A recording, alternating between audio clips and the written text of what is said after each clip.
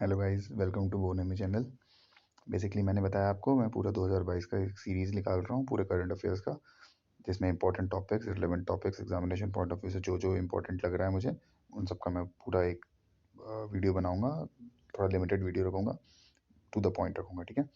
अब ये बेसिकली इस वीडियो में आपको सारे स्टेट्स, जो इंपॉर्टेंट स्टेट्स ने पॉलिसीज़ निकाली है अपनी, चाहे 5 साल की हो, 10 साल की हो, या कुछ इंपॉर्टेंट पॉलिसीज़ हो जो एग्जाम में पूछे जाते हैं। जैसे कि पिछली बार यूपी का, जो यूपी ने 10 साल का अपना निकाला था, वो पॉपुलेशन वाला पॉलिसी, तो उससे रिलेवेंट क्वेश्चन में आते हैं। मतलब उससे रिलेवेंट जो भी क्वेश्चंस होते हैं एग्जाम में आते ही आते हैं। तो यूपी का जो 10 साल का था वो इम्पोर्टेंट था, वो ठीक है, पॉपुलेशन वाला पॉलिसी।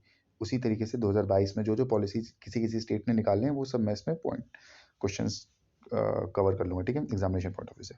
याद रखना, ये सिर्फ एग्जामिनेशन पर्पस वाले वीडियोस हैं। मतलब अगर एग्ज़ाम देने जा रहे हो आप इस साल या अगले 3 महीने तक कोई एग्ज़ाम दे रहे हो, तो ये वीडियो देख के जाना, फ़ायदा मिलेगा, ठीक है।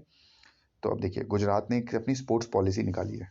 गुजरात का सरकार ने स्पोर्ट्स पॉलिसी मुझे 5 साल के लिए निकाली है, 2022 से लेकर 27 तक।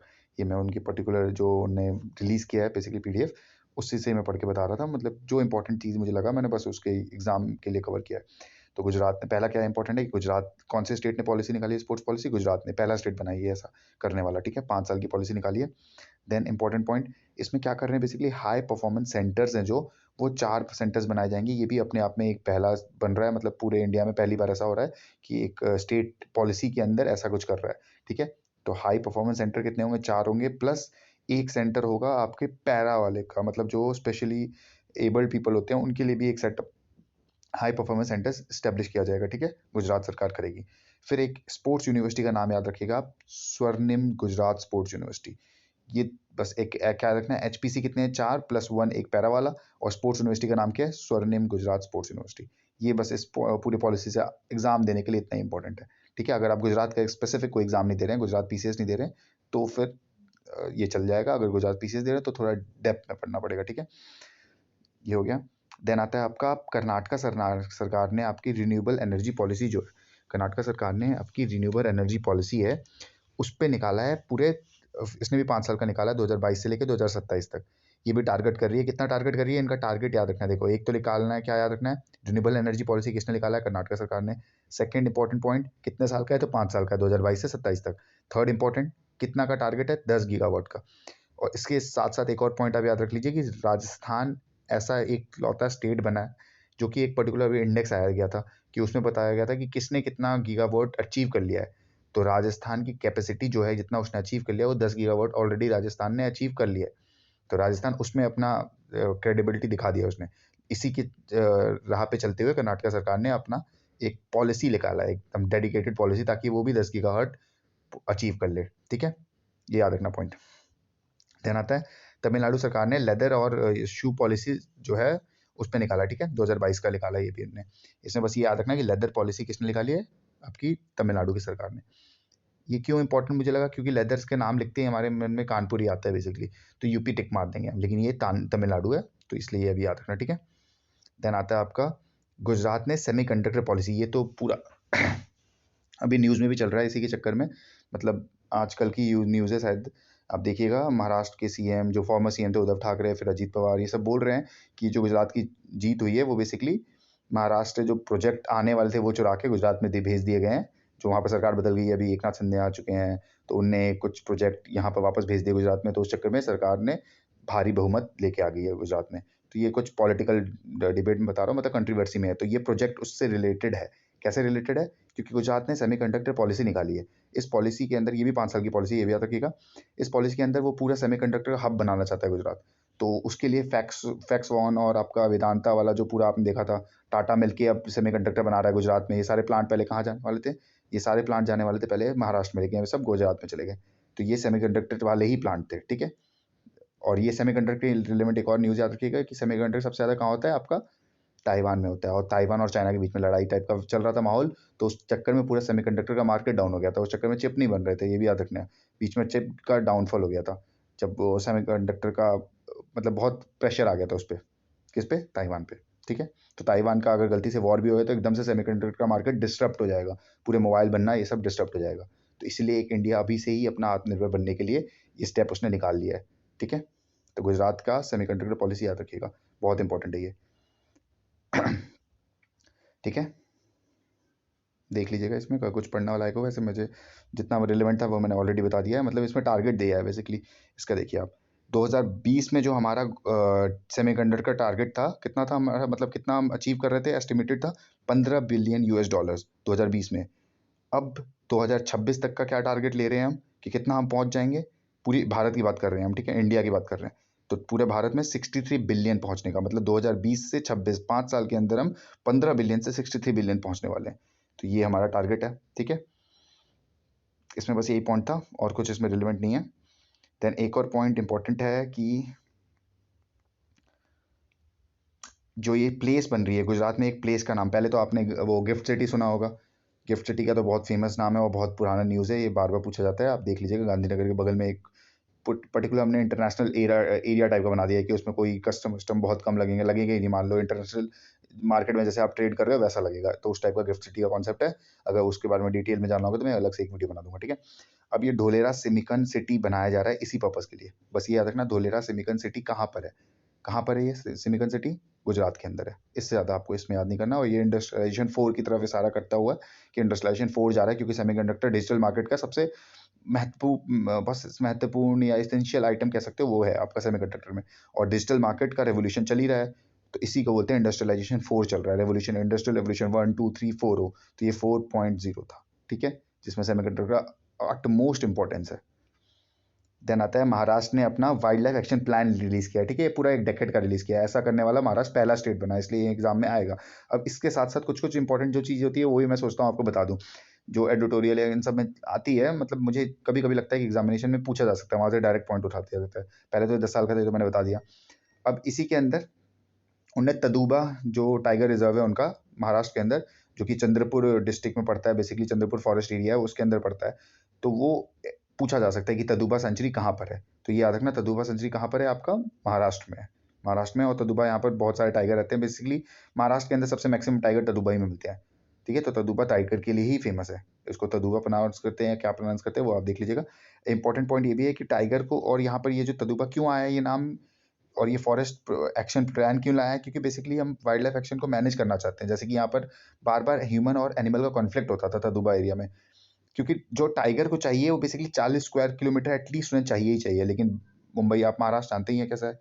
तो महाराष्ट्र में वही प्रॉब्लम है कि महाराष्ट्र में रहोगे तो आपको जगह में कंजूसी करनी पड़ेगी। जब इंसान कंजूसी कर रहे हैं तो भैया जानवर के लिए भी हम कंजूसी करवाएंगे। तो 40 स्क्वायर किलोमीटर भी टाइगर को हम एरिया नहीं दे पा रहे हैं, तो इस चक्कर में टाइगर बाहर आ जाता है और वहाँ पर कॉन्फ्लिक्ट हो जाता है, ठीक है। तो ये न्यूज़ में, मतलब एडिटोरियल में बहुत चल रहा है, तो आप ये याद रखिएगा। बस वो पूछा क्या जा सकता है स्टैटिक क्वेश्चन में, बेसिक लेवल में, कि तदुबा वाइल्ड लाइफ सेंचुरी कहाँ पर है, तदुबा टाइगर रिजर्व कहाँ पर, ठीक है।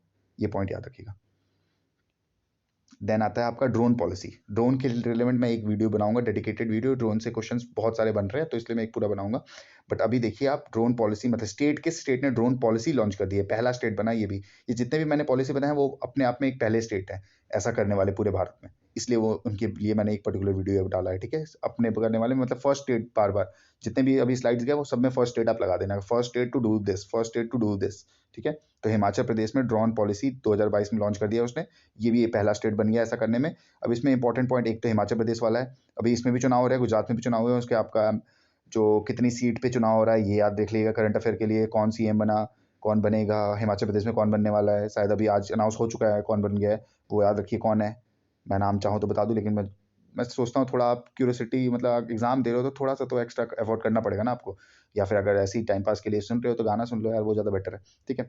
तो अब देखिए हिमाचल प्रदेश ने स्टार्ट किया है, ये कि जयराम ठाकुर जो पुराने हमारे सीएम थे उनने किया था लॉन्च, ठीक है।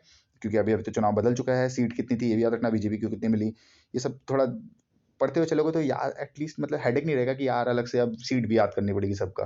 तो इसलिए करंट अफेयर देखते देखते कर लिया करो, ठीक है। अब दूसरा पॉइंट क्या है, गरुड़, जो इस पूरी पॉलिसी का नाम है वो गरुड़ से ज़्यादा जाना जाता है। तो सीधा पूछ लिया जाएगा व्हाट इज गरुड़, तो governance and reform using drones, बस इतना याद रख लेना, ठीक है।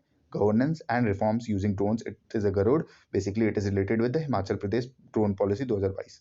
डन। फिर एक पंजाब ने, बेसिकली ये इतना इंपॉर्टेंट नहीं लग रहा था लेकिन ई स्टैम्प फैसिलिटी के बारे में, लेकिन इंपॉर्टेंट तब बन गया जब उसने अपना फिजिकल स्टैम्प पॉलिसी को एबॉलिश कर दिया है। ये इंपॉर्टेंट नहीं, मतलब जो भी स्टैम्प चलते थे फिजिकली वो अब एबॉलिश हो गया, अब सारे इलेक्ट्रॉनिकली जो होंगे और डिजिटली होंगे, ठीक है। तो ये इंपॉर्टेंट था बेसिकली, इससे थोड़ा करप्शन कम हो जाएगा, ये सोच थी उनकी, कंप्यूटराइज रहेगा तो। वाई 30-30 बेसिकली 30-30 करके बहुत आ रहा था न्यूज़ में और बहुत वायरल भी हुआ था, क्योंकि बेसिकली जो COP होता है उसमें ये सारी इनिशिएटिव लेने की बात की थी कि 30-30 इनिशिएटिव क्या है। तो 30-30 इनिशिएटिव में आप शॉर्ट में एक सिंपल लैंग्वेज में समझना चाहो तो बस ये समझ लो कि 30% प्लैनेट को सेव करना है 2030 तक, बस इतना समझ लो, यही टारगेट है पूरे वर्ल्ड को। 30% पूरे वर्ल्ड का जो प्लैनेट है, मतलब पूरे प्लैनेट का 30% जो एरिया है उसको हमें सेव करना है, टारगेट ईयर 2030, इसी को बोला है 30-30 इनिशिएटिव। ठीक है। देन आपका जो यूपी सरकार, उत्तर प्रदेश सरकार ने बेसिकली उसने अपनी सोलर एनर्जी पॉलिसी लॉन्च की है। ठीक है, solar energy policy Uttar Pradesh सरकार ने 2022 में लॉन्च की है। ठीक है, ये इंपॉर्टेंट है सोलर एनर्जी। ये भी आपका 2022 से लेकर 2026-27 तक है। इसमें टारगेट कितना है, 16,000 मेगावाट का प्रोड्यूस करने का टारगेट है। ठीक है, ये गवर्नमेंट ऑफ इंडिया के नक्शे कदम पे चलते हुए उसको हेल्प करती है, क्योंकि गवर्नमेंट ऑफ इंडिया ने ऑलरेडी बोल रखा है कि 2030 तक वो 50% ट्राई कर रही है कि नॉन फॉसिल फ्यूल से वो कंज्यूम करे अपना, मतलब पावर जनरेशन कंजप्शन जो होगा वो नॉन फॉसिल फ्यूल से हो 2030 तक। तो इंडिया को अगर करना है ऐसा, तो इंडिया का सबसे बड़ा राज्य जो उत्तर प्रदेश है, मतलब सबसे ज़्यादा पॉपुलेटेड राज्य जो उत्तर प्रदेश है, जहाँ सबसे ज़्यादा जनसंख्या है, उसको ही मैनेज करना पड़ेगा सारी चीज़ें। अब लैंड के हिसाब से मत चल जाना कि एरिया वाइज तो सर वो बड़ा था, ऐसा था, मतलब पॉइंट समझो मैं जो बताना चाहता हूँ कि यूपी ऐसा क्यों कर रहा है, क्योंकि यूपी अपने आप में सबसे बड़ी सीट है, बेसिकली 4-3 की सीट है, वो ट्राई कर रहा है कि वही करेगा, उसी से वो हम इंजन मानते हैं यूपी को, पूरे इंडिया का। यूपी, महाराष्ट्र, गुजरात, इन सबको, वैसे इकोनॉमिक टर्म में से महाराष्ट्र, गुजरात इन सबको मानते हैं, लेकिन यूपी है अपने आप में। ठीक है उसकी इंपॉर्टेंस है, तो वो उसने एक सोलर पॉलिसी स्टार्ट कर दिया 2022 में। ठीक है, ताकि इंडिया का टारगेट अचीव हो पाए। देन आता है आपका मिनिस्ट्री ऑफ एजुकेशन ने बेसिकली, ठीक है, आपका new India literacy programme launch कर दिया है, जो कि ये भी 5 साल का है। क्या, न्यू इंडिया लिटरेसी प्रोग्राम, इसके अंदर क्या है, और ये एग्जाम में क्वेश्चन पक्का आएगा, 100% के चांस है इसमें क्या है क्वेश्चन आएगा, मैं एग्जैक्ट वर्ड टू वर्ड बता देता हूँ। देखिए, पहली बात तो न्यू इंडिया लिटरेसी प्रोग्राम क्या है ये पता होना चाहिए। 2022 से 27 के बीच में चल रहा है, मतलब 5 साल का इसमें है। इसमें एडल्ट एजुकेशन को चेंज करके एजुकेशन फॉर ऑल कर दिया है। मतलब एजुकेशन, इसमें इसका क्रक्स ये है कि पहले बोला जाता था जो अडल्ट है बस वो पढ़े लिखे हैं, उस पर ज़्यादा ध्यान दिया जाता है, उनकी पढ़ाई अच्छे से हो। अब बोला जा रहा है कि इससे हम इंक्लूसिव डेवलपमेंट नहीं कर पा रहे हैं, तो इसलिए जो एज लिमिट बेसिकली अडल्ट की क्या मानी जाती है, 18, तो वो एज लिमिट को डिक्रीज करके 15 साल कर दिया। ठीक है, 15 साल से ऊपर जो भी नॉन लिटरेट हैं उन सबको पढ़ाया जाएगा, ये इस स्कीम का मतलब है। तो इसलिए बोल दिया एडल्ट एजुकेशन को रिप्लेस करके एजुकेशन फॉर ऑल कर दिया, ये इसका मेन टैगलाइन है, और इसी से रिलेटेड एग्जाम में क्वेश्चन आएगा, समझ गए। देन आता है आपका यूएन ने, अभी तो मैंने पूरे इंडिया की पॉलिसी बता रहा था स्टेट वाइज, अब यूएन की जो पॉलिसी है, UN decade on ecosystem restoration, ये पूरे 2020 से लेकर 2030 तक की बीच की जो 10 साल के जो अवधि होते हैं, डेकेड होता है, उसमें बेसिकली इनका थीम क्या है इस बार, इनका है इकोसिस्टम रिस्टोर करना है। ठीक है, और एक लास्ट मंत्रालय का आप देख लीजिए, जो सिविल मंत्रालय है हमारा, सिविल एविएशन मंत्रालय, जो कि सिंधिया साहब संभाल रहे हैं। ये कहाँ पर थे, मध्य प्रदेश के हैं। मध्य प्रदेश में अभी सीएम कौन है, जब ये कांग्रेस पार्टी के थे उस टाइम सीएम कौन था, ये सब थोड़ा याद रहेगा तो बेटर है, आपको उस टाइम बढ़िया लगता है पढ़ते रहे, करंट अफेयर जुड़ा रहता है, तब अच्छे से याद होता है। ठीक है, स्टोरी के फॉर्म में करंट अफेयर याद करोगे, मजा आएगा। तो इनने सिविल एविएशन मंत्रालय जो हमारे ज्योतिरादित्य सिंधिया संभाल रहे हैं, उनने एक आपका स्पोर्ट्स का बेसिकली वो मिशन लॉन्च किया है 2022 वाला। ठीक है, national air sports policy 2022 launch किया है। इसके अंदर वो 2030 तक इंडिया को टॉप स्पोर्टिंग एयर वाला जो मिशन है उसमें लेके आना चाहते हैं कि टॉप 30 में आ जाए, मतलब टॉप में आ जाए बेसिकली इंडिया। ठीक है, 2030 तक टारगेट ईयर क्या है, 2030, और इंडिया को टॉप स्पोर्ट्स नेशन बनाना चाहते हैं in the field of airline, जो भी एयर से हम कर सकते हैं। ठीक है, चलिए, ये सारी आपके स्टेट्स की पॉलिसी खत्म हो गई।